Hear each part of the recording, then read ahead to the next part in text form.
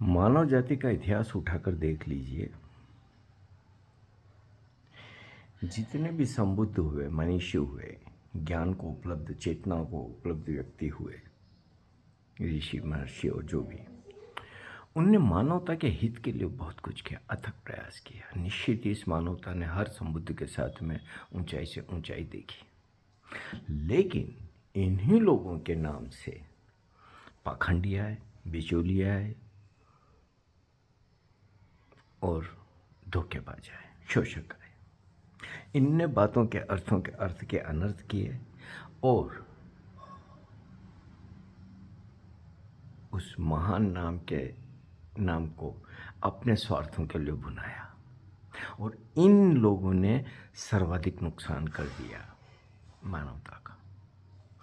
ओशो निश्चित इस बारे में ज़्यादा सचेत थे, सजग थे, इसीलिए वो लगातार बोलते रहे, इन पे चोट करते रहे। इन जो वासनाओं से भरे लोग होते हैं और जो शोषक होते हैं उस पर हमें जगाते रहे। लेकिन ओशो के देह से गए कुछ साल हुए और कितनी पाखंडी पैदा हो गए, धोखेबाज पैदा हो गए।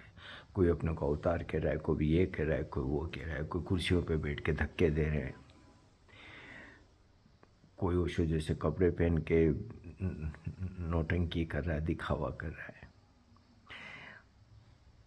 कितना छोटा होता है मनुष्य अपनी वासनाओं को पूरा करने के लिए एक ओशो जैसे संबुद्ध को दाव पे लगा देता है, कौड़ियों के लिए अपने बुद्ध को बेच देता है और जो बेच रहे हैं।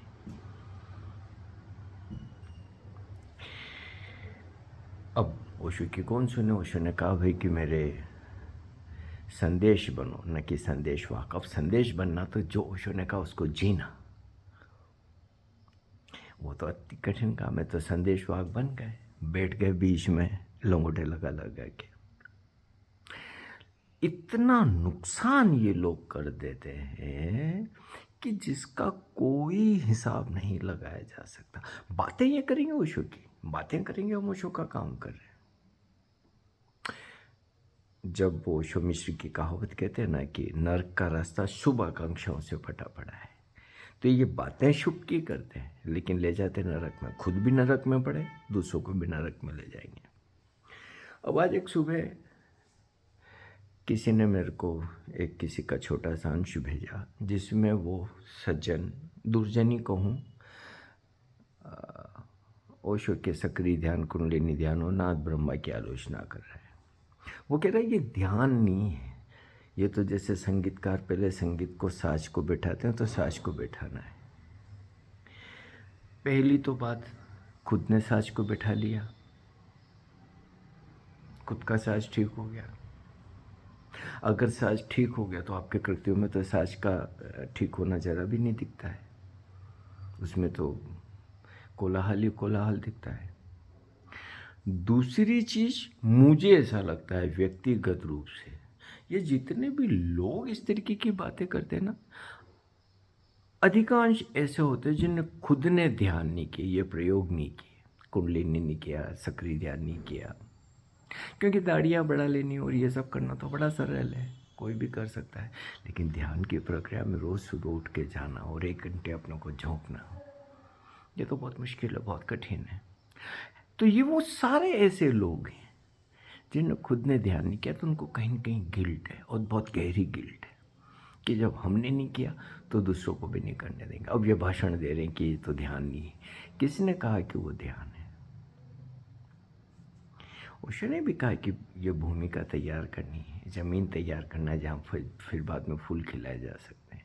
लेकिन ओशो है समझाने के लिए, विस्तार से हर विषय में ओशो बता गए, तुम उनसे अच्छा नहीं बोल सकते, तुम बहुत विकृत बोलते हो, दूषित बोलते हो और बहुत ज़्यादा गंदा बोलते हो, तुम्हें बीच में आने की ज़रूरत ही नहीं। ओशो बोल गए सब, सक्रिय ध्यान की क्या उपयोगिता है, उपादेयता है और कुंडलिनी की, नाद ब्रह्मा की, उन सबके बारे में विस्तार से बताया। फिर चूंकि ये ढोंगी, ये पाखंडी, ये नकलची खुद ध्यान नहीं किया, तो इनको पता नहीं कि ध्यान विधियाँ कितनी कारगर है और कितनी बहुत मजबूत और प्रबल है। क्योंकि सक्रिय ध्यान में भी जो 3 चरण चलते हैं और उसके बाद अचानक स्टॉप आता है और 10 मिनट का जो मौन होता है, वो ध्यान का ही स्वाद है, वो मौन है, वो साक्षी है। 3 चरण आपको पूरी ताकत से करना है और चौथे चरण में फिर मौन में, और मौन स्वाभाविक घटता है। इनके जीवन में कभी घटा नहीं, क्योंकि इन 3 चरण भी वो नहीं किए। फिर 15 मिनट का उत्साह, रोम रोम नाच उठे सुबह सुबह। 3 चरण ध्यान के, फिर मौन और फिर उत्सव। क्या बात करते हैं ये नकलची, ये ढोंगी, ये पाखंडी, ये शोषक, कि ये ध्यान नहीं तो फिर क्या है। इस मानवता को ओशो की बड़ी से बड़ी अद्भुत गिफ्ट में से एक डायनेमिक मेडिटेशन को मानता हूँ। कितने लोग आज मानसिक परेशानियों से ग्रस्त हैं, कितने लोगों के जीवन में तनाव, अवसाद और कितने तरीके के विकृत चीज़ें चल रही है। सक्रिय ध्यान बात की बात में हल्का कर देता है। ये अमृत है आज की मानवता के लिए, और इस अमृत को प्यासों के कंठों तक पहुंचने से रोकने वाले ये राक्षस है जो ऐसा काम करते हैं।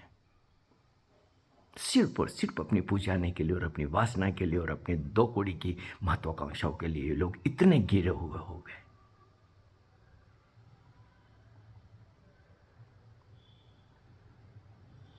और मैंने सुना है, एक और भी सज्जन बोले थे एक बार, कि जिन लोगों के कैथारसिस नहीं है अंदर, उनको ये 3 चरण करने की ज़रूरत नहीं, सीधे मौन में बैठ जाएंगे। तुझे पता चल रहा है कि किसी ज़रूरत नहीं है। ओशो को भी पता नहीं चल रहा था, इनको पता चल रहा है। बिचौलिए आ गए बीच में, कोई क्या करवा रहा है, कोई क्या करवा रहा है, कोई इस चरण को। जबकि ओशो ने साफ कहा कि मेरे ध्यान वैसे ही होने चाहिए, उन्हीं संगीत के साथ होने चाहिए जैसे मैंने बनाए हैं। लेकिन आ गए बीच में। फिर ये तो नर्क में पड़े ही हैं, ये अनेक लोगों को नर्क के रास्ते पे। अब कितना सुनहरा अवसर आया था कि ओशो मिले, ओशो से परिचय हुआ, और ये बीच में आ गए पाखंडी। मैं ओशो की इस बात से 100% सहमत हूँ कि बड़े से बड़ा पाप अगर इसको ही है तो किसी को अध्यात्म की राह से विचलित करना है, और ये विचलित करने वाले लोग हैं। शर्म नहीं आती इनको ये सब बकवास बातें बोलते हुए।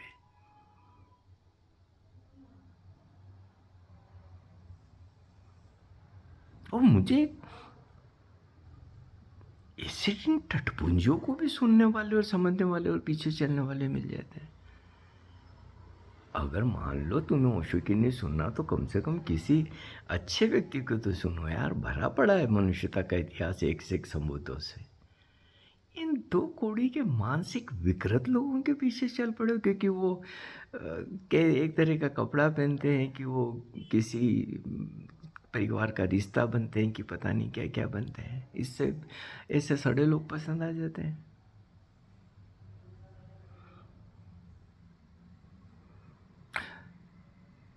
इन चीज़ों का ओशो ने अपने जीते जी कब महत्व दिया? कभी बोला क्या कि इन चीज़ों से कोई फर्क पड़ता है? कभी पूरी इतने सारे बुद्ध समुद्र के बारे में ओशो बोले होंगे, शायद मनुष्यता में जितने भी बुद्ध हुए होंगे लगभग पर ओशो बोल गए। कभी उन्होंने बोला है क्या कि किसी के निकट होने से या किसी के परिवार में पैदा होने से कोई व्यक्ति समृद्ध हो जाता है? ऐसा कोई उदाहरण बताते हैं ओशो?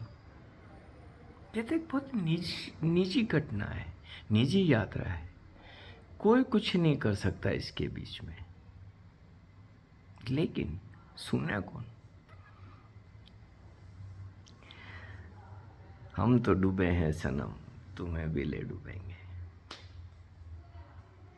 इसीलिए मेरा तो निवेदन एक ही है भाई, बार बार ओशो जैसा आशीर्वाद, ओशो जैसा अद्भुत सद्गुरु हमें मिले। अब इस अवसर को नहीं खोना चाहिए, किसी हालत में नहीं खोना चाहिए। ओशो को पढ़िए, ओशो को सुनिए और ध्यान करिए, और ओशो पर्याप्त है आपको बुद्धत्व तक ले जाने के लिए। इन बिचौलियों की कोई ज़रूरत नहीं है, कतई ज़रूरत नहीं है। ओशो के वर्क में बिचौलियों का कोई स्थान नहीं है। बुनियादी रूप से ओशो ने चोट करके कहा कि इन बिचौलियों की कोई जगह नहीं मेरे काम में। मत पड़िए किसी के चक्कर में, मत पड़िए किसी के चक्कर में।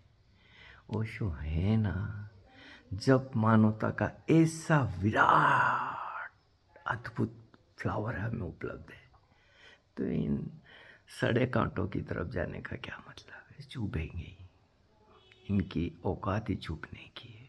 मत पड़िए किसी के चक्कर में, कतई मत पड़िए। ओशो को पढ़िए, ओशो को सुनिए, ओशो की ध्यान विधियाँ करिए, और डायनेमिक सक्रिय ध्यान तो अद्भुत ध्यान है, ज़रूर करिए।